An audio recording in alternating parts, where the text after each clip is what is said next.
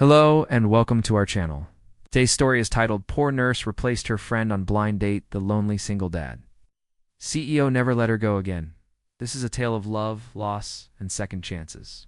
So let's get into it. The night was meant to be ordinary, at least for Emily. She had just finished a grueling 12-hour shift at the hospital, her scrubs still smelling faintly of antiseptic, her hair tied back in a messy bun. She wasn't the kind of woman who believed in fairy tales. Bills, overtime shifts, and her little apartment in the noisy part of town left little room for romance. The worn-out nursing shoes on her feet and the simple silver band on her finger were all the proof she needed that life rarely handed out happy endings. But when her best friend Clara called in a panic, Emily's life changed in ways she never could have imagined. "Emily, please," Clara begged over the phone. "I can't go to this blind date tonight. He's some rich businessman, and I just can't. But I don't want to stand him up. Could you go instead?" Emily laughed bitterly. "Clara, I'm a nurse who just worked all day. I don't have the energy to play dress-up for some man I'll never see again." But Clara was relentless, and before she knew it, Emily was standing in front of a five-star restaurant in the only decent dress she owned, and old hand-me-down from her cousin. She felt completely out of place as polished cars lined up at the entrance and women in glittering gowns walked past. Inside, a tall man with piercing blue eyes and an air of quiet sadness waited at a corner table. He stood up the moment he saw her, his manners refined, but his expression softened when his gaze met hers. "You must be Clara," he said, offering his hand. Emily froze, guilt pricking her chest. But something about his tired eyes that mirrored her own weariness made her sit down instead of confessing the truth. His name was Daniel, a CEO, widowed, and raising a 7-year-old daughter alone. The conversation that followed wasn't polished or pretentious. He didn't brag about his wealth, nor did she try to impress him. Instead, they spoke of the little things, the struggles of sleepless nights, the ache of loneliness, and the quiet sacrifices one makes for family.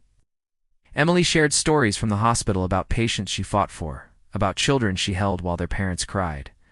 Daniel listened as if each word was precious.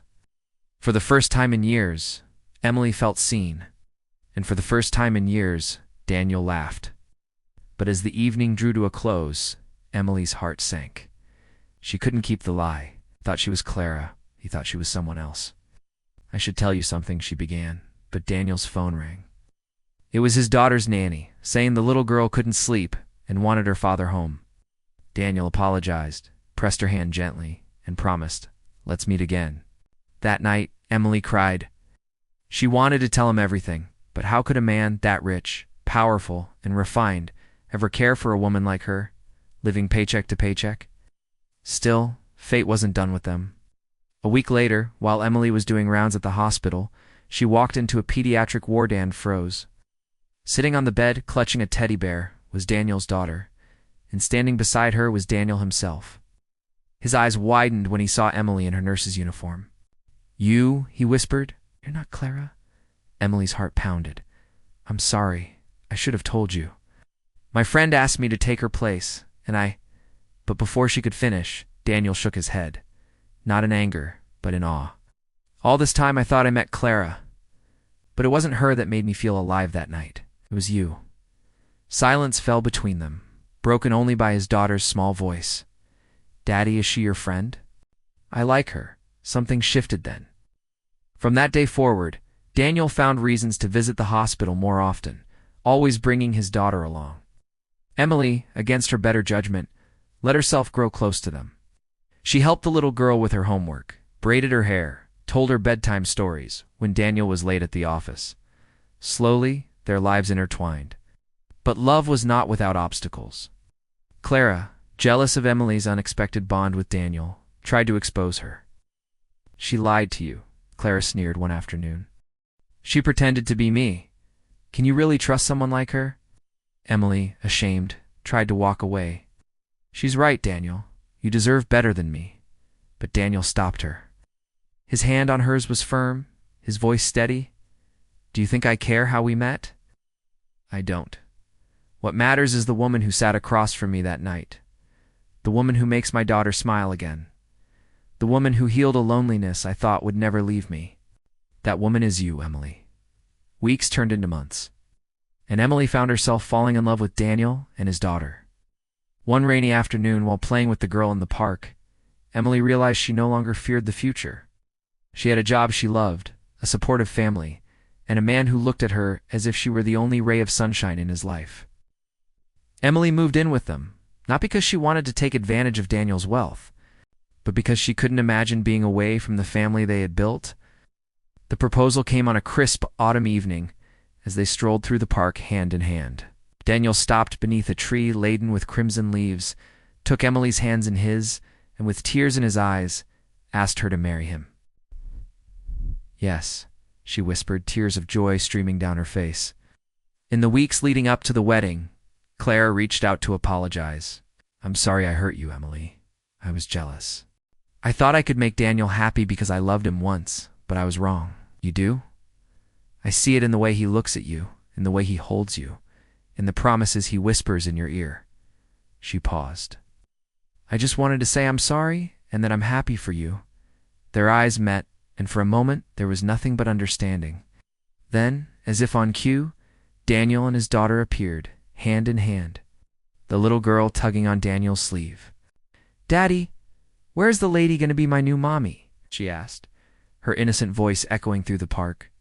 Daniel smiled, his gaze fixed on Emily. "Right here, sweetheart. And she will be the best mommy in the whole wide world." He turned back to Clara, a hint of sadness in his eyes. "Thank you for your apology, Clara, but you must move on. I know you still have feelings for me, but I can never give you what you want. Not now, not ever." Clara nodded, tears glistening in her eyes. She knew she had lost him, not just to Emily, but to life itself. She watched as Daniel and his daughter skipped ahead, their laughter mingling with the bird song, and she realized that some doors, once closed, never opened again. The wedding was a small affair, just the three of them and a few close friends. As Emily stood at the altar, her heart swelled with emotion. There were no white roses, only sunflowers that mirrored her own sunny disposition. When she turned to Daniel, he wasn't the stoic CEO.